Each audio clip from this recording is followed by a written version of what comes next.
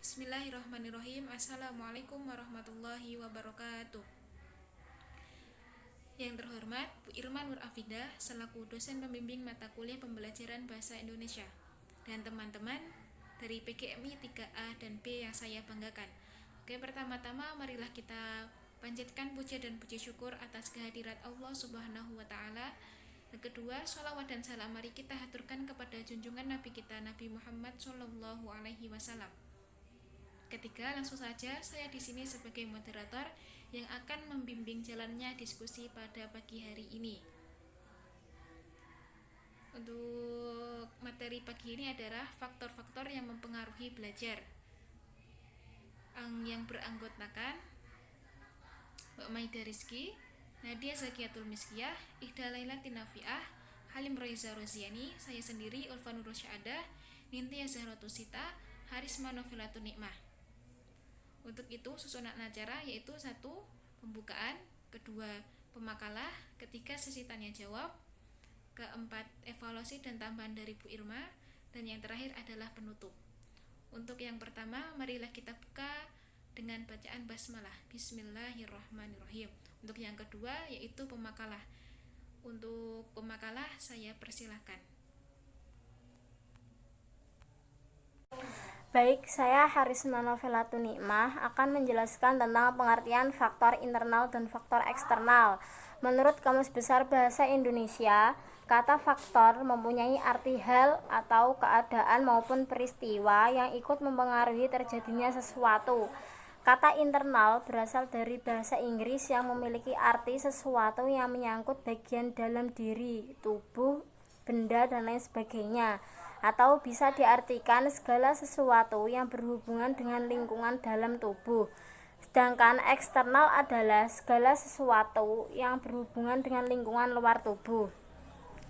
Dari pengertian-pengertian tersebut dapat disimpulkan bahwa faktor internal adalah faktor yang berasal dari dalam diri individu yang berupa sikap maupun sifat yang melekat pada diri individu. Sedangkan faktor eksternal adalah faktor yang berasal dari luar diri individu yang menjadi pemicu munculnya permasalahan sosial. Internal yang dapat mempengaruhi belajar. Faktor internal adalah faktor-faktor yang berasal dari dalam diri individu yang dapat mempengaruhi hasil belajar individu. Faktor internal yang dapat mempengaruhi belajar ada 2. Yang pertama yaitu faktor fisiologis, yang kedua yaitu faktor psikologis. Yang pertama yaitu faktor fisiologis. Faktor fisiologis adalah faktor-faktor yang berhubungan dengan kondisi fisik individu.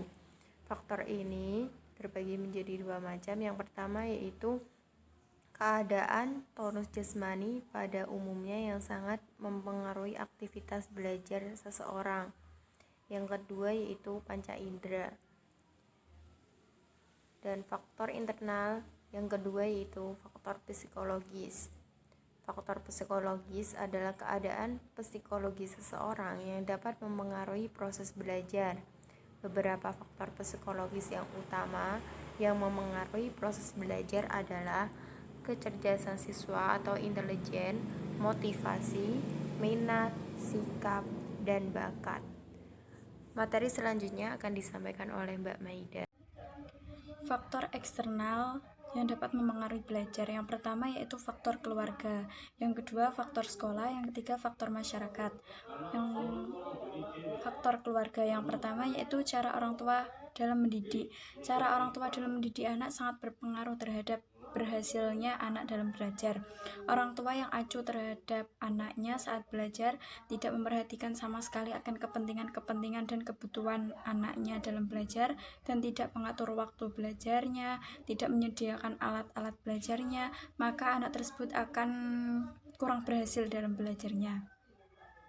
Yang kedua, relasi antar anggota keluarga. Jika hubungan antar anggota keluarga baik, maka anak juga memiliki semangat belajar yang baik. Yang ketiga, suasana rumah.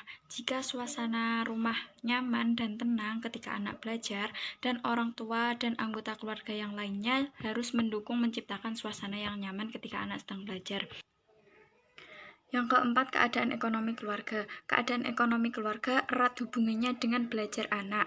Anak yang sedang belajar selain harus terpenuhi kebutuhan pokoknya, fasilitas belajar juga harus terpenuhi. Jika anak hidup dalam keluarga miskin, mungkin saja kebutuhan pokok anak kurang terpenuhi. Akibatnya, kesehatan anak terganggu, begitu pula dengan belajarnya akan terganggu. Yang kelima, pengertian orang tua. Anak yang sedang belajar membutuhkan dorongan dan pengertian dari orang tua. Apabila anak sedang belajar, jangan diganggu dengan tugas-tugas rumah yang ada. Terkadang anak mengalami lemah semangat, dan orang tua harus memberikan motivasi dan semangat belajar untuk anaknya agar kembali semangat untuk belajar. Yang keenam, latar belakang kebudayaan. Tingkat pendidikan atau kebiasaan di dalam keluarga mempengaruhi sikap anak dalam belajar. Anak perlu ditanamkan kebiasaan-kebiasaan yang baik yang dapat mendorong semangat anak untuk belajar. Tentang faktor eksternal dari sekolah, yaitu yang pertama ada metode mengajar.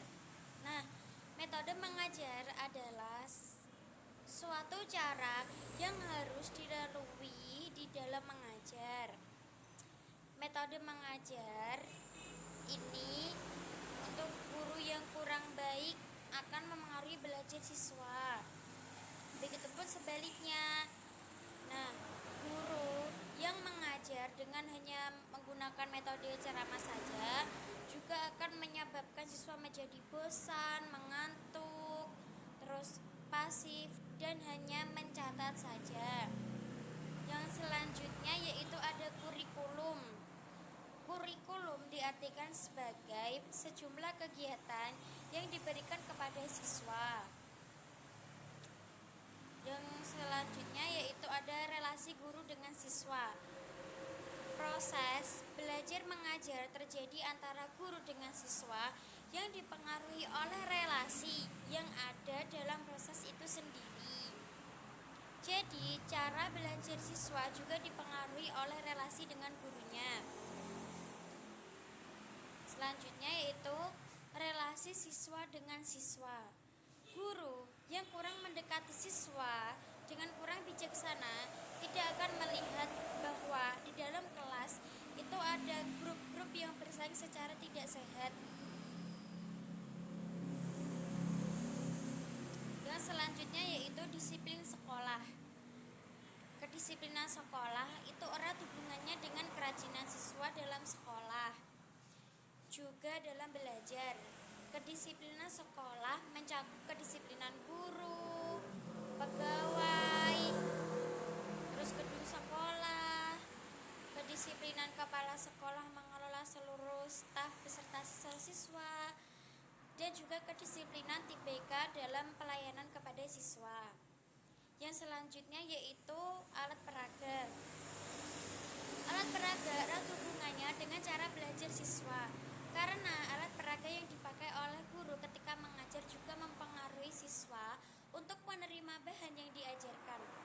Alat peraga yang lengkap dan tepat akan memperlancar penerimaan pelajaran yang diberikan kepada siswa. Jika siswa mudah menerima pelajaran dan menguasainya, maka belajarnya akan menjadi lebih giat dan lebih maju. Selanjutnya, faktor eksternal yang dapat mempengaruhi proses belajar anak yaitu faktor masyarakat. Lingkungan masyarakat tempat tinggal anak juga dapat berpengaruh pada proses belajarnya. Di antaranya yaitu yang pertama, bentuk kehidupan masyarakat. Kehidupan masyarakat di sekitar juga dapat mempengaruhi belajar anak. Pengaruh tersebut dapat mendorong semangat belajar anak menjadi lebih giat ataupun sebaliknya. Yang kedua yaitu teman bergaul. Hubungan yang terjadi pada teman bergaul secara signifikan lebih berpengaruh daripada yang kita duga.